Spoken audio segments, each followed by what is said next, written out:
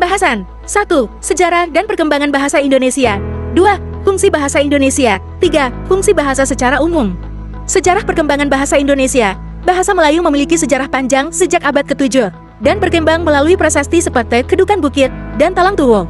Bahasa ini awalnya digunakan dalam kebudayaan dan perdagangan di Nusantara dan diperkaya oleh pengaruh Islam melalui karya sastra seperti Syair Hamzah Fansuri. Bahasa Melayu kemudian menjadi lingua franca di wilayah tersebut. Pada Sumpah Pemuda tahun 1928, bahasa Melayu diusulkan sebagai bahasa persatuan dan dikenal sebagai bahasa Indonesia setelah proklamasi kemerdekaan Indonesia pada 17 Agustus tahun 1945. Bahasa Indonesia resmi menjadi bahasa negara melalui Undang-Undang Dasar tahun 1945 pada 18 Agustus tahun 1945. Bahasa ini terus berkembang sebagai simbol persatuan dan identitas bangsa Indonesia. Fungsi bahasa Indonesia. 1. Sebagai bahasa negara. 2. Sebagai bahasa nasional. 1. Sebagai bahasa negara. 1. Bahasa resmi kenegaraan. Bahasa Indonesia sebagai bahasa resmi kenegaraan dapat diwujudkan dengan menggunakan bahasa Indonesia pada semua kegiatan kenegaraan. 2. Bahasa pengantar dalam dunia pendidikan. Hal ini diatur dalam Undang-Undang Sistem Pendidikan Nasional yang menetapkan bahasa Indonesia sebagai bahasa pengantar pada setiap tingkat pendidikan. 3. Alat perencanaan dan pelaksanaan dalam pembangunan nasional serta kepentingan pemerintah. Bahasa Indonesia sebagai alat komunikasi di berbagai badan pemerintah digunakan untuk merencanakan, menyebarluaskan berbagai informasi dan pelaksanaan pembangunan nasional. 4. Alat pembangunan kebudayaan. Ilmu pengetahuan dan teknologi, beragam kebudayaan disebarluaskan melalui berbagai media, sehingga bahasa Indonesia juga berfungsi sebagai penyebar ilmu pengetahuan dan teknologi. 2. Sebagai bahasa nasional, bahasa Indonesia memiliki beberapa fungsi penting sebagai bahasa nasional. 1. Lambang kebanggaan. Bahasa Indonesia mencerminkan nilai-nilai luhur budaya bangsa dan seharusnya menjadi sumber kebanggaan yang digunakan dan dilestarikan oleh seluruh masyarakat. 2. Lambang identitas nasional. Bahasa Indonesia mencerminkan jati diri dan ciri-ciri bangsa, menjadikannya simbol identitas nasional. 3.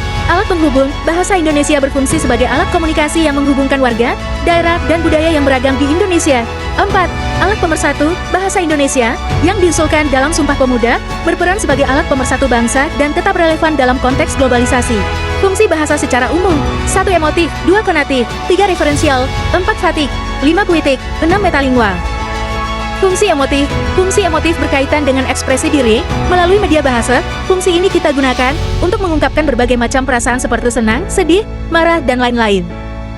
Fungsi konatif. Pada fungsi ini, bahasa digunakan untuk mengatur tingkah laku mitra tutur, seperti penutur menyuruh untuk mitra tutur melakukan sesuatu. Contoh seperti kalimat perintah, larangan, permohonan, dan himbauan. Fungsi referensial. Fungsi ini berkaitan dengan hal yang dibicarakan, misalnya ketika kita membicarakan teknologi, dengan demikian fungsi referensial digunakan untuk membicarakan topik yang berkaitan dengan aktivitas manusia sebagai penutur bahasa.